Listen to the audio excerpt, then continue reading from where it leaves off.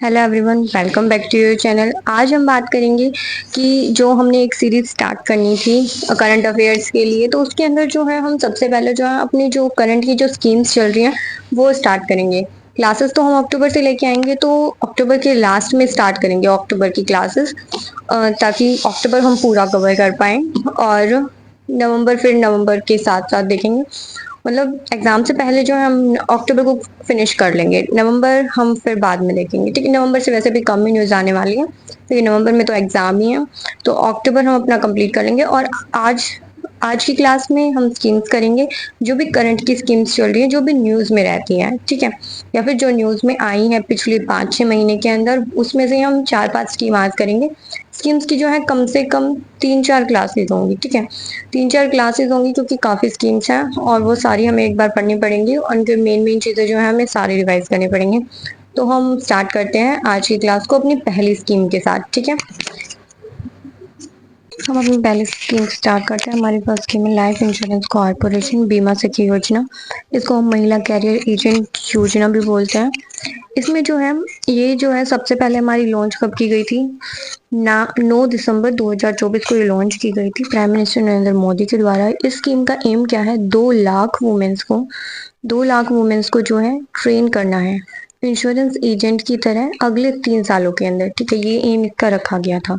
ये जो स्कीम है ये ओपन है किसी भी वुमेन के लिए। जो LIC बीमा सखी योजना है, ये एक स्टाइपेंड स्कीम है। ये कोई मतलब सैलरी वगैरह प्रोवाइड नहीं करती, ना ही ये एज अ एम्प्लॉय माना जाता है। जो भी वुमेन्स इसमें काम करती हैं, ये सिर्फ एज अ इंश्योरेंस एजेंट काम करती हैं, और सिर्फ 3 साल का ही इनका पीरियड होता है।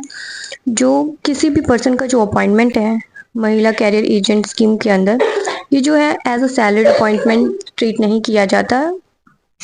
ये अभी मैंने आपको बता दिया, ठीक है।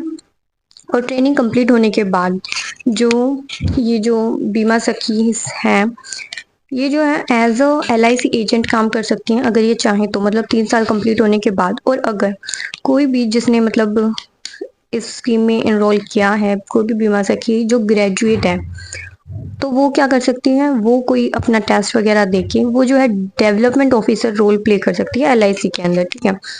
मतलब इसके अंदर क्राइटेरिया रख दिया गया है कि ग्रेजुएट होनी चाहिए। अगर कोई वुमेन ग्रेजुएट है, कोई गर्ल, तो उसको जो है अपॉर्चुनिटी मिलती है कि वो क्वालिफाई कर सकती है किसके लिए, डेवलपमेंट ऑफिसर रोल के लिए LIC के अंदर, ठीक है।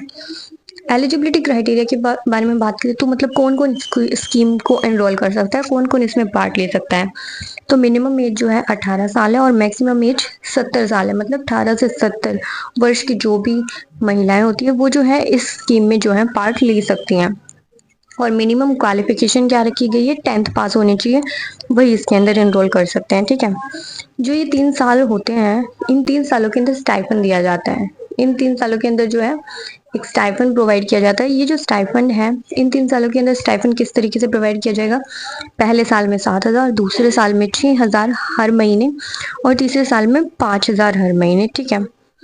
और इसके अंदर कुछ टारगेट भी दिए जाते हैं। टारगेट क्या होता है, हर एक बीमा सखी को जो है दो इंडिविजुअल्स को हर एक बीमा सखी को क्या करना होता है, 2 इंडिविजुअल्स को जो है इंश्योर करना होता है। मतलब इंश्योरेंस करानी होती है 2 इंडिविजुअल्स की हर महीने, या फिर अगर टोटल ओवरऑल देखें तो एक साल में जो है 24 इंडिविजुअल्स को जो है इंश्योर कराना होता है, ठीक है, उनकी इंश्योरेंस करानी होती है। उसके बाद अगर हम बात करें तो बोनस वगैरह भी इसके अंदर दिया जाता है। जो बोनस कमीशन होता है उसके अलावा जो फर्स्ट ईयर का जो कमीशन मिलता है वो कितना होता है, 48,000। अगर वो एक्स्ट्रा काम करती है, एक्स्ट्रा इंश्योरेंस वगैरह कराती है, तो उनको एज अ कमीशन जो है फर्स्ट ईयर में दिया जाता है 48,000, ठीक है। और कौन कौन इसके अंदर एनरोल नहीं कर सकता, ये भी कुछ पॉइंट्स हैं, ये भी हम पढ़ लेते हैं। इसमें क्या है, अगर कोई भी एजेंट, कोई भी लड़की या कोई भी वुमेन जो है एज अ इंश्योरेंस एजेंट काम कर रही है, तो वो जो है इस स्कीम के अंदर एनरोल नहीं कर सकती है। या उसकी फैमिली में कोई भी काम कर रहा है, ब्रदर सिस्टर, या फिर इमीडिएट इन लॉज, या स्पाउस, चिल्ड्रन, अडोप्टेड या स्टेप चिल्ड्रन, कोई भी हो, ठीक है। मतलब रिलेटिव्स में जो फैमिली मेम्बर में आज जो क्लोज रिलेटिव होते हैं ना, वही अगर कोई भी जो है ऐसी स्कीम के अंदर एनरोल्ड है तो वो नहीं कर सकती हैं, ठीक है। इसके अलावा एक रिटायर्ड जो एम्प्लॉय होता है कॉरपोरेशन का, या एक्स एजेंट जो होता है, वो भी इस स्कीम के लिए एलिजिबल नहीं है। जो एक्स एजेंट्स वगैरह होते हैं, एक्स मतलब इंश्योरेंस एजेंट जो होंगे वो भी इसके लिए एलिजिबल नहीं है। तो इस स्कीम में हमें इतना याद रखना है, मेन दो चार चीज़ें याद रखनी है। क्या क्या याद रखना है कि सबसे पहले तो इसके अंदर जो एम है वो 2 लाख वुमेन्स को इंश्योरेंस एजेंट बनाना है अगले 3 सालों में। और इसके अंदर 3 साल का जो स्टाइपेंड पीरियड होता है उसकी जो कैसे कैसे उनको पैसे दिए जाते हैं, पहले साल में 7,000, दूसरे में 6,000, तीसरे में 5,000। और इसकी जो मिनिमम और मैक्सिमम एज है उसको याद रखना है। एक बार शायद मिनिमम या मैक्सिमम एज पूछी गई थी एग्जाम में, या फिर शायद स्टेटमेंट बेस पूछा गया था, उसमें 3-4 मतलब ये जो स्कीम है वो आ चुकी है हमारे एग्जाम में, इसलिए और ज़्यादा इंपॉर्टेंट हो जाती है। तो मिनिमम और मैक्सिमम एज क्या है, मिनिमम में 18 और मैक्सिमम में 70, और मिनिमम क्वालिफिकेशन है 10th पास होनी चाहिए। और ये कब जो है लॉन्च हुई थी, 9 दिसंबर 2024 को, और पीएम नरेंद्र मोदी के द्वारा की गई थी। तो ये स्कीम हमारी डन होती है।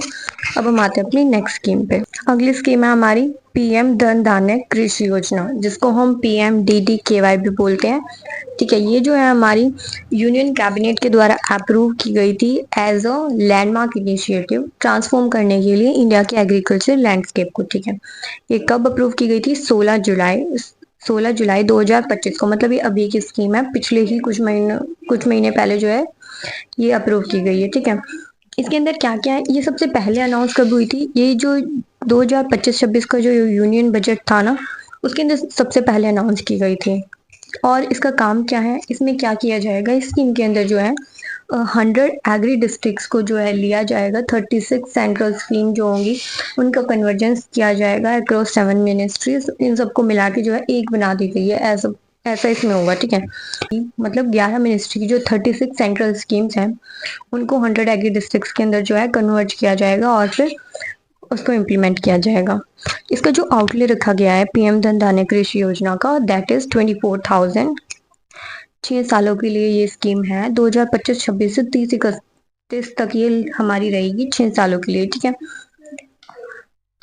इसके अंदर होगा क्या, इसके अंदर जो है जो स्टेट की स्कीम्स हैं और जो लोकल पार्टनरशिप्स हैं प्राइवेट सेक्टर्स के साथ, वो सब की सब इंक्लूड की जाएंगी। ठीक है, जो स्कीम है उसके अंदर क्या है, इनसाइट है किसका, जो सक्सेसफुल एस्पिरेशनल डिस्ट्रिक्ट प्रोग्राम रहा था, एक हमारा क्या रहा था, एस्पिरेशनल डिस्ट्रिक्ट प्रोग्राम रहा था, उसी से ये जो है इंस्पिरेशन ली गई है, ऐसा बोला जा रहा है। और ये जो है इसके अंदर जो है क्या हुआ था, 1.7 करोड़ फार्मर्स को जो है डायरेक्ट जो है बेनिफिट मिला था, कौन सी स्कीम के थ्रू, कौन से प्रोग्राम के थ्रू, एस्पिरेशनल डिस्ट्रिक्ट प्रोग्राम के थ्रू। ठीक है, ये जो एस्पिरेशनल डिस्ट्रिक्ट प्रोग्राम है ये जनवरी 2018 में लॉन्च किया गया था। इसके अंदर इसका एम क्या था कि क्विकली और इफेक्टिवली ट्रांसफॉर्म करना था 112 जो मोस्ट अंडर डेवलप्ड, मतलब जिनकी डेवलपमेंट नहीं हो रही है, ऐसे डिस्ट्रिक्ट्स को जो है आगे बढ़ाना है, उनके अंदर जो है बदलाव लेके आना है, ये इसका एम था। और उसमें जो है ये सफल भी हुए थे, अच्छा खासा इन्होंने परफॉर्म किया था, उसी से इंस्पायर होके मतलब प्रधानमंत्री धन धान्य कृषि योजना जो है लॉन्च की गई है। ठीक है, अब इसका ऑब्जेक्टिव क्या क्या है, सबसे पहले तो ये जो है सर्व करेगा as a multi dimensional rural development intervention की तरह, ये जो है मल्टी डायमेंशनल रूरल डेवलपमेंट मतलब पूरी तरीके से जो है हर तरीके से रूरल डेवलपमेंट की जो है उस पर ध्यान दिया जाएगा। इसके जो है 5 कोर ऑब्जेक्टिव हैं, कौन कौन से, इनहेंस करना एग्रीकल्चर प्रोडक्टिविटी को, इनकरेज करना क्रॉप डाइवर्सिफिकेशन को और सस्टेनेबल एग्रीकल्चर प्रैक्टिसेस को, ऑगमेंट करना पोस्ट हार्वेस्ट स्टोरेज कैपेसिटी को, ऑगमेंट करना पोस्ट हार्वेस्ट स्टोरेज कैपेसिटी को पंचायत और ब्लॉक लेवल्स पे। ठीक है, उसके बाद हमारा नेक्स्ट आता है इम्प्रूव करना इरिगेशन इंफ्रास्ट्रक्चर को रिलायबल वाटर एक्सेस के लिए।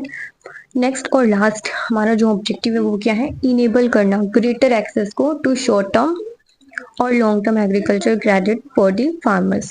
ठीक है, उसके अलावा टारगेटेड डिस्ट्रिक्ट्स कौन कौन सी की गई है, टारगेटेड डिस्ट्रिक्ट कौन कौन सी है, 100 डिस्ट्रिक्ट टारगेट की गई है, ये हमने ऊपर पढ़ा था कि 100 एग्री डिस्ट्रिक्ट्स को टारगेट किया जा रहा है। और वो कौन सी होंगी, मतलब कौन सी 100 डिस्ट्रिक्ट लेंगे हम, जहाँ पे लो प्रोडक्टिविटी है, जहाँ पे लो क्रॉपिंग इंटेंसिटी, जहाँ पे कम क्रॉप उग रही है, जहाँ पे कम प्रोडक्टिविटी हो रही है, जहाँ पे लो क्रेडिट डिस्पार्समेंट हो रहा है। ठीक है, जहाँ के लोग जो है सफर कर रहे हैं वो ली जाएंगी। ठीक है, कौन कौन सी ली जाएंगी, जहाँ पे लो प्रोडक्टिविटी है, लो क्रॉपिंग इंटेंसिटी और लो क्रेडिट डिस्पार्समेंट है। ठीक है, उसके बाद हमारी बात आती है कि जो नंबर ऑफ डिस्ट्रिक्ट्स जो हैं हर एक यूटी और स्टेट के अंदर ये बेस्ड हैं किस पे? Share of net cropped area और ऑपरेशनल होल्डिंग्स पे। मतलब इसके हिसाब से जो है देखा जाएगा, जो मिनिमम नंबर ऑफ, मतलब हर एक स्टेट से जो है एक डिस्ट्रिक्ट तो ली ही जाएगी, सेलेक्ट की जाएगी बैलेंस करने के लिए ज्योग्राफिकल इंक्लूजन को। नेट क्रॉप्ड एरिया होता क्या है? ये भी हमने पढ़ा कि जो नंबर ऑफ डिस्ट्रिक्ट है हर एक स्टेट या यूटी के अंदर, ये बेस इस पे शेयर जो नेट क्रॉप्ड एरिया उस पे उसके हिसाब से हर एक स्टेट में से एक जो है डिस्ट्रिक्ट ली जाएगी। वो किस बेसिस पे ली जाएगी? और नेट क्रॉप्ड एरिया क्या होता है ये देखते हैं हम। नेट क्रॉप्ड एरिया क्या होता है? टोटल एरिया ऑफ लैंड होता है जो कि सोन किया जाता है with the crop in given agriculture year, counted only once even if multiple crops are grown on the same land during that year. मतलब नेट क्रॉप्ड एरिया वो एरिया है जहाँ पे जो है हम कुछ भी उगाते हैं, कोई भी क्रॉप उगाते हैं, ठीक है, एक साल के अंदर एक ही बार, मतलब चाहे हम 10 साल उगा रहे हैं उसके अंदर 10, कितनी भी हम क्रॉप्स को उगा रहे हैं उस बात से फर्क नहीं पड़ता, लेकिन एक ही काउंट की जाएगी, ठीक है। ऐसा नहीं है अगर आप 4 क्रॉप्स उगा रहे हो साल में तो 4 बार आप इस स्कीम का फायदा उठा सकते हो, या फिर इसके अंदर एनरोल कर सकते हो, या फिर आपको सिलेक्ट, आपकी जो डिस्ट्रिक्ट को है वो सिलेक्ट किया जाएगा, सिर्फ एक बार ही सिलेक्ट किया जाएगा उस एरिया को, ठीक है, पूरे साल के लिए। हर एक सिलेक्टेड डिस्ट्रिक्ट जो होंगी प्रधानमंत्री धन धान्य कृषि योजना के अंदर ये एस्टेब्लिश करेगी एक डिस्ट्रिक्ट धन धान्य कृषि योजना समिति। ये क्या एस्टेब्लिश करेंगे? एक डिस्ट्रिक्ट धन धान्य कृषि योजना समिति जो कि चेयर की जाएगी डिस्ट्रिक्ट कलेक्टर के द्वारा या ग्राम पंचायत के द्वारा। किसके द्वारा चेयर की जाएगी? मतलब किसके द्वारा मेंटेन और देखी जाएगी? डिस्ट्रिक्ट कलेक्टर के द्वारा या फिर ग्राम पंचायत के द्वारा। जो प्रोग्रेस है हर एक धन धान्य डिस्ट्रिक्ट की वो जो है ट्रैक की जाएगी। ये जो है ट्रैक की जाएगी किसके द्वारा? 107 की परफॉर्मेंस इंडिकेटर्स हैं उनके थ्रू जो है ये देखी जाएगी, रिव्यू की जाएगी, हर महीने एक्सेस करेंगे कि परफॉर्मेंस कैसी हो रही है, हाईलाइट गैप्स कितने हैं, अकाउंटेबिलिटी प्रमोट की जाएगी, अच्छी परफॉर्मेंस हो रही है, ये सब देखा जाएगा, ठीक है। उसके अलावा अगर हम बात करें तो ये मल्टी टायर गवर्नेंस जिसकी बात होती है, इसमें 3 टायर इम्प्लीमेंटेशन स्ट्रक्चर होगा, डिस्ट्रिक्ट लेवल कमिटीज बनेंगी, स्टेट लेवल स्टीयरिंग ग्रुप्स होंगे, नेशनल लेवल ओवरसाइट बॉडीज होंगी। मतलब डिस्ट्रिक्ट लेवल पे अलग से देखी जाएगी, स्टेट लेवल पे अलग से देखी जाएगी और उसके बाद नेशनल लेवल पे अलग से देखी जाएगी, ठीक है।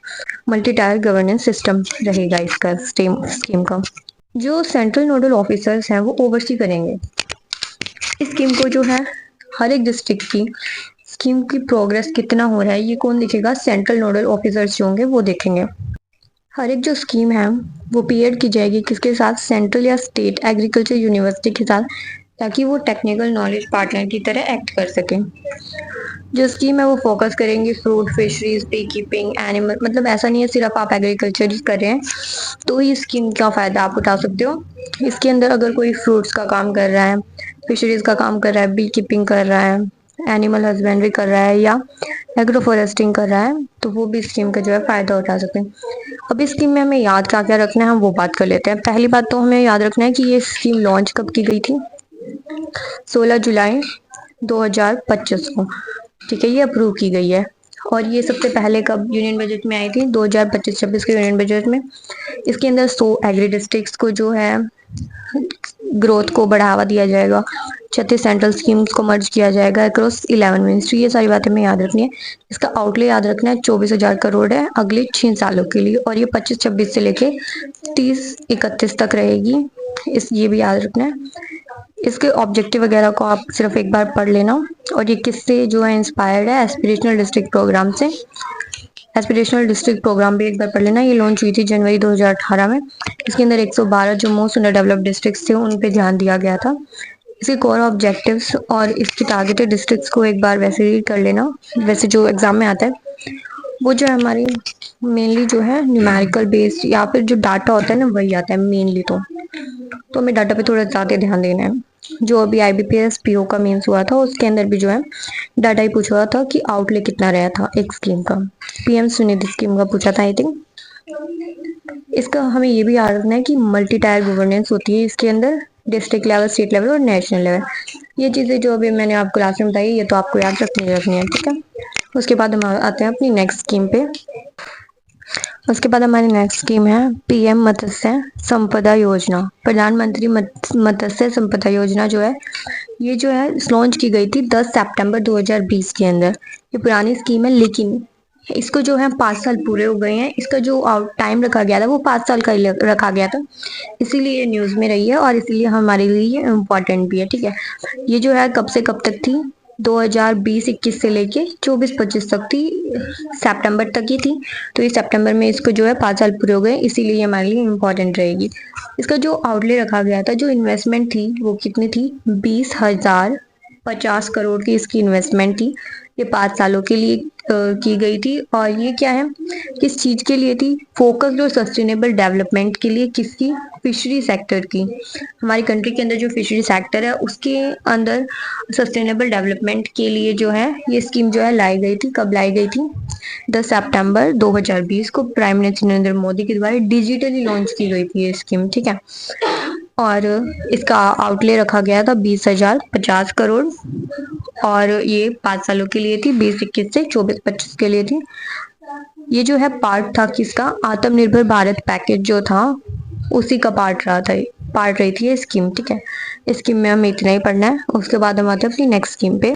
हमारी नेक्स्ट स्कीम है यूनिफाइड पेंशन स्कीम, यूपीएस। ठीक है, सबसे पहले जो है हम बात कर लेते हैं, इससे पहले जो है हमारी 2 स्कीम और रह चुकी हैं। मतलब ओल्ड पेंशन स्कीम थी सबसे पहले, जिसके अंदर पेंशन दिया जाता था हर महीने। उसके बाद एनपीएस आया, जिसमें एक होलसम अमाउंट दे दिया जाता था रिटायरमेंट के बाद। और अब जो है यूनिफाइड पेंशन स्कीम आई है, इसके अंदर क्या होता है कि आपको पेंशन भी दी जाती है और आपको कुछ अमाउंट भी दिया जाता है रिटायरमेंट के टाइम पे। ये जो है हमारी लॉन्च कब हुई है, 24 अगस्त 2024 को ये लॉन्च की गई थी। इस स्कीम को इम्प्लीमेंट किया गया, ये इम्प्लीमेंट कब से होगी, 1 अप्रैल 2025 से। इम्प्लीमेंटेशन डेट को हमें याद रखना है कि यूपीएस का इम्प्लीमेंटेशन कब से हुआ है, 1 अप्रैल 2025 से। जो हमारे फॉर्मर फाइनेंस मिनिस्टर, अभी जो हमारे फाइनेंस मिनिस्टर कौन है, निर्मला सीतारमन जी। इससे पहले जो थे टीवी सोमनाथन जी थे, उन्होंने जो है एक कमेटी को हेड किया था जो कि मार्च 2023 में बनी थी। उस कमेटी ने रिव्यू किया था नेशनल पेंशन स्कीम को और फिर उसी की जगह पे जो है यूपीएस को लाया गया है। ठीक है, इस स्कीम के अंडर गवर्नमेंट एम्प्लॉयज़ जो हैं वो कंट्रीब्यूट करेंगे कि उनका मतलब गवर्नमेंट स्कीम की जो सैलरी होगी, जो उनका बेसिक सैलरी होगी उसका 10% प्लस जो डीएनएस है, डीए है, डीएनएस अलाउंस है होता है, उसका भी 10%, मतलब basic salary plus DNS allowance का दोनों का मिला के जो 10% होगा वो इम्प्लॉयज़ को कंट्रीब्यूट करना पड़ेगा। इसका मतलब क्या है कि 10% तो हमारी सैलरी का हम कंट्रीब्यूट करेंगे और 18% जो है गवर्नमेंट कंट्रीब्यूट करेगी। इसमें साफ साफ बोला गया है कि स्कीम के अंदर जो गवर्नमेंट एम्प्लॉयज़ होंगे वो 10% कंट्रीब्यूट करेंगे अपनी सैलरी का प्लस डीए का, और जो गवर्नमेंट होगी वो 18.5% जो है कंट्रीब्यूट करेंगे। अभी जो है गवर्नमेंट 18.5 कंट्रीब्यूट कर रही है, मतलब जो हम जितना कर रहे हैं उससे 8.5% ज़्यादा ही कर रही है। ठीक है, लेकिन ये जो है फिक्स्ड अमाउंट नहीं है कि हमेशा इतना ही करती रहेगी, इसको ये बाद में चेंज भी कर सकते हैं, कम भी कर सकते हैं, ज़्यादा भी कर सकते हैं। ठीक है, गवर्नमेंट ने ये बात साफ साफ बोल रखी है। यूपीएस जो है क्या गारंटी करती है कि 50% जो है आपकी एवरेज बेसिक सैलरी की, मतलब पिछले 12 महीने में जो भी आपकी सैलरी रही है उसका 50% जो होगा वो आपको एज ए लमसम अमाउंट जो है दिया जाएगा रिटायरमेंट के टाइम पे। इन केस अगर किसी की डेथ हो जाती है और वो गवर्नमेंट एम्प्लॉय है तो उसका जो 60% होगा पेंशन का, वो कोई भी उसका फैमिली मेंबर जो कि एलिजिबल होगा वो जो है 60% अमाउंट जो है विड्रॉ करा सकता है। ठीक है, और ये जो है इन्फ्लेशन के बेस्ड पे है, मतलब अगर इन्फ्लेशन बढ़ेगी तो अमाउंट भी बढ़ा दिया जाएगा, इन्फ्लेशन घटेगी तो अमाउंट भी हमारा घटा दिया जाएगा, इसी तरीके से ये चलेगी। इसमें और क्या बोला जा रहा है कि जो आपकी सर्विस है, ऐसा नहीं है कि आपने 2 साल सर्विस किया और उसके बाद आप रिटायर हो गए, आपने गवर्नमेंट को सिर्फ 2 साल सर्विस दी फिर आप रिटायर हो गए तो आप इतना पैसा मांग रहे हो आपको मिल जाएगा, बिल्कुल नहीं। आपकी जो सर्विस है वो कम से कम 25 साल की सर्विस होनी चाहिए, तभी आपको यूपीएस का आप फायदा उठा सकते हो, आपको ये सारे बेनिफिट्स मिलेंगे। ठीक है, वो लोग जिनकी 10 से 25 साल की सर्विस है, मतलब जिनकी 25 साल की सर्विस है या 25 से ज़्यादा है, तो उनको तो जो अमाउंट डिसाइड किया गया है वो प्रॉपर मिल जाएगा।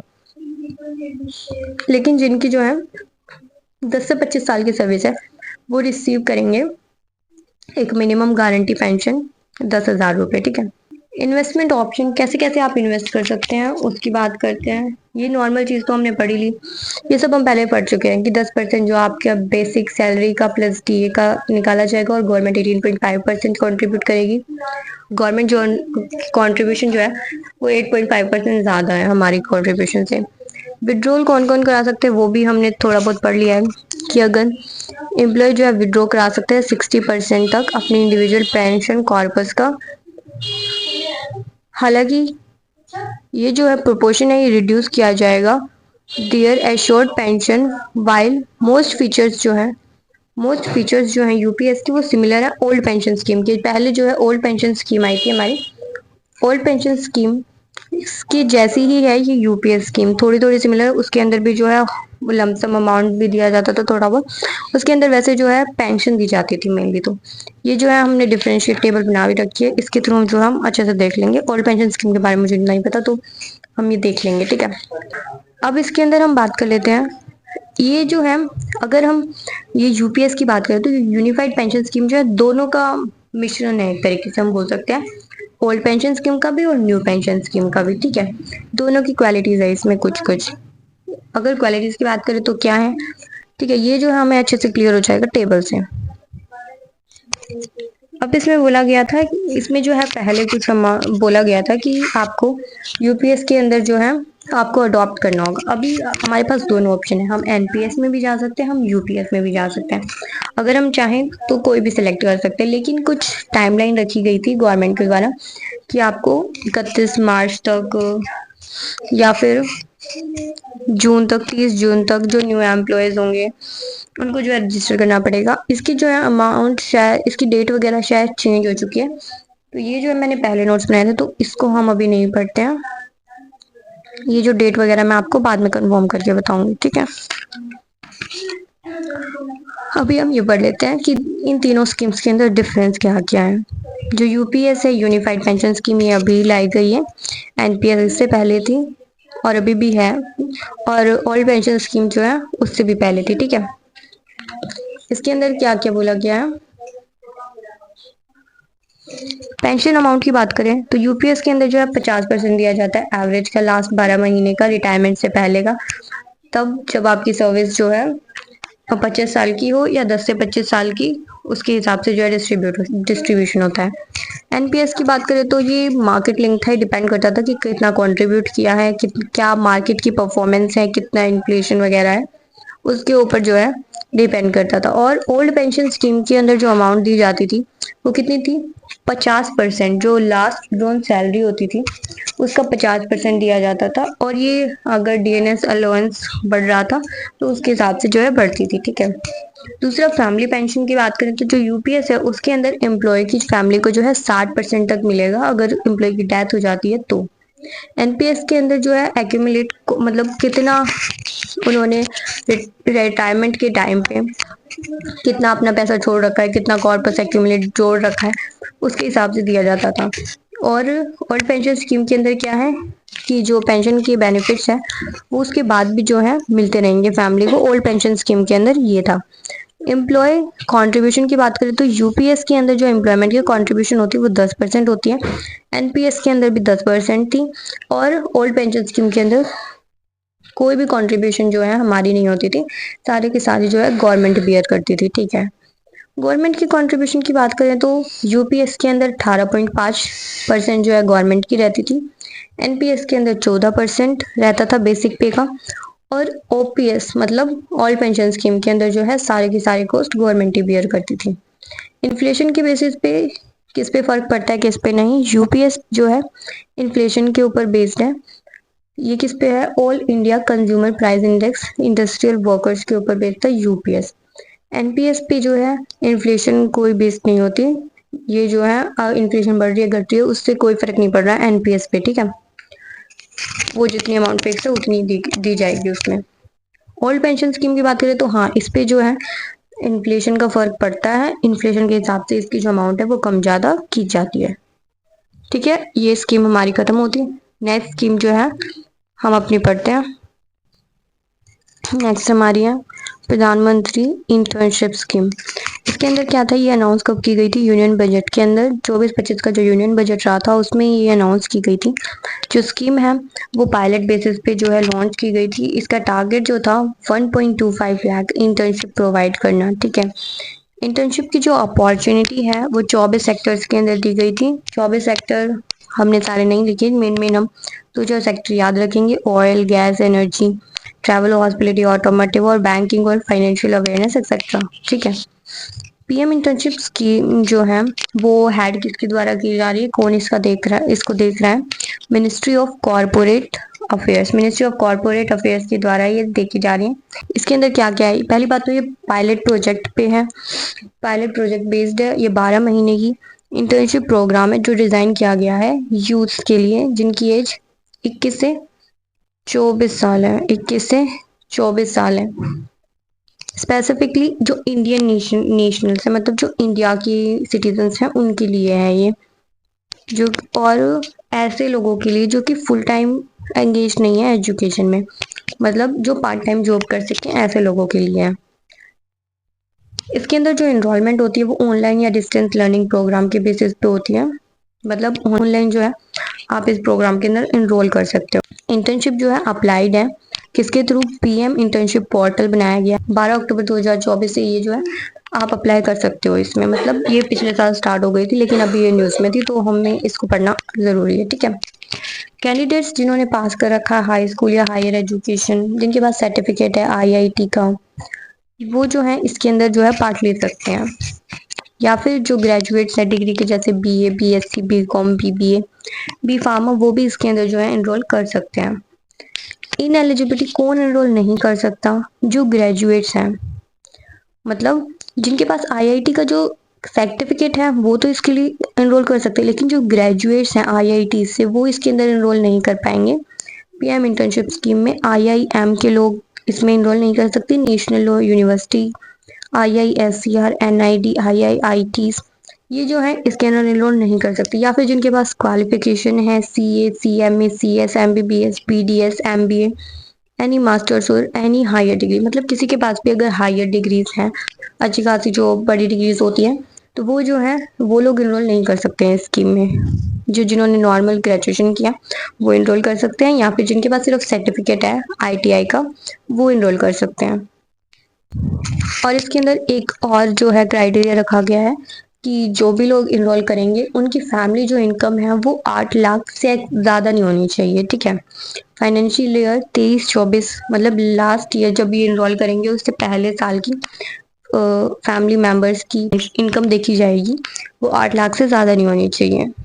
अगर आप ऑलरेडी गवर्नमेंट एम्प्लॉय हैं या फिर आपके फैमिली मेंबर्स गवर्नमेंट एम्प्लॉयज है तो आप इस स्कीम के लिए एलिजिबल नहीं हो, ठीक है। वो इंडिविजुअल्स जिन्होंने एनएटीएस या फिर एनएपीएस के थ्रू अपनी अप्रेंटिसशिप जो है कंप्लीट किया तो वो भी इसके लिए एलिजिबल नहीं है। या फिर वो इंडिविजुअल्स जो किसी भी दूसरी स्कीम का फ़ायदा उठा रहे हैं सेंट्रल या स्टेट गवर्नमेंट की, ट्रेनिंग रिलेटेड, स्टूडेंट से रिलेटेड, इंटर्नशिप रिलेटेड, ऐसी किसी भी स्कीम का कोई फ़ायदा उठा रहे हैं तो वो जो है इस स्कीम के अंदर इनरोल नहीं कर सकता है, ठीक है।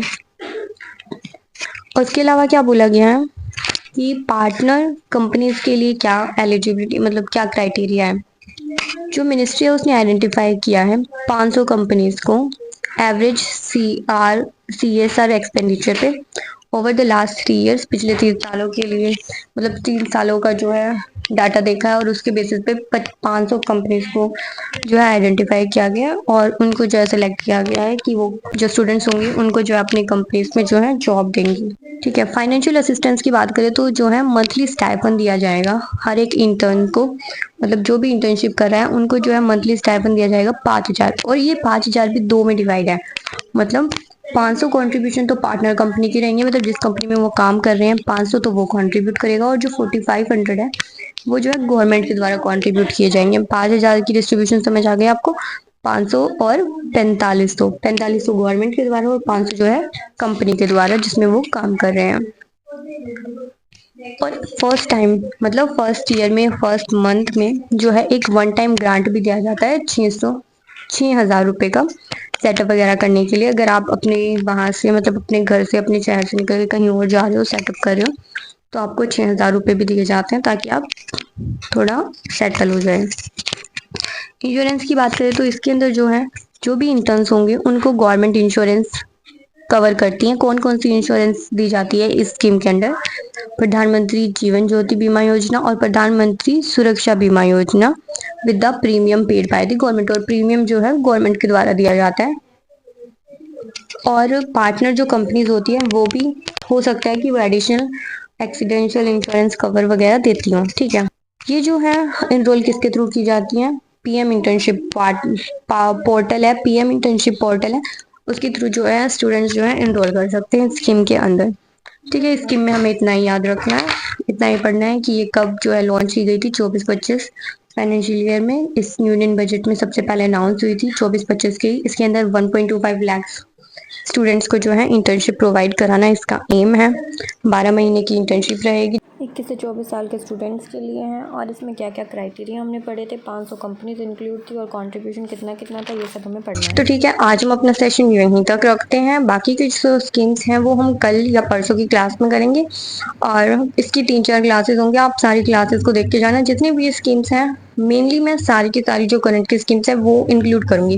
बाकी आप पीडीएफ से रिवाइज कर लेना, जो मैंने पीडीएफ दे रखा है वो 5 मंथ्स वाला, उसके अंदर भी मेनली ये सारी स्कीम मिल जाएंगी। और इसके अलावा जो मिलेंगी उनमें शायद कुछ ना कुछ डाटा मिसिंग होगा, तो आप वो देख लेना। ठीक है, एक बार उससे रिवाइज कर लेना। एक बार जो है मेरे नोट्स में जो मैंने बताया ना मेन मेन पॉइंट्स, याद तो आपको वो रखने, लेकिन पढ़ना है आपको एक बार पूरा है। एक बार मतलब कॉमन हमें याद रहे कि ये स्कीम किस चीज़ से रिलेटेड थी, वो याद रखने के लिए हमें एक बार कंप्लीट पढ़ना पड़ेगा। उसके अलावा जो है हमें मेन मेन पॉइंट याद रखने होते हैं, जैसे कि कब रिलीज हुई थी, कहाँ से रिलीज हुई थी, इसका आउटले कितना है, इसका एम क्या रखा गया और इसका क्राइटेरिया क्या है और एलिजिबिलिटी, मतलब ये सब चीज़ें तो हमें याद रखनी पड़ती है। कौन कौन एलिजिबल नहीं है, ये सब चीज़ें हमें हर स्कीम की याद रखनी है। और बाकी की स्कीम्स हम अगली क्लास में करेंगे। बाकी आप अपने मेंस की तैयारी अच्छे से कंटिन्यू रखिए, मॉक टेस्ट वगैरह लगाते रहिए, सेक्शनल टेस्ट और फुल मॉक टेस्ट भी एक दो लगाते रहिए, ताकि आपको पता चलता रहे कि आप कितना प्रोग्रेस कर रहे हैं। ठीक है, अभी हम अपना सेशन को एंड करते हैं। Bye, take care.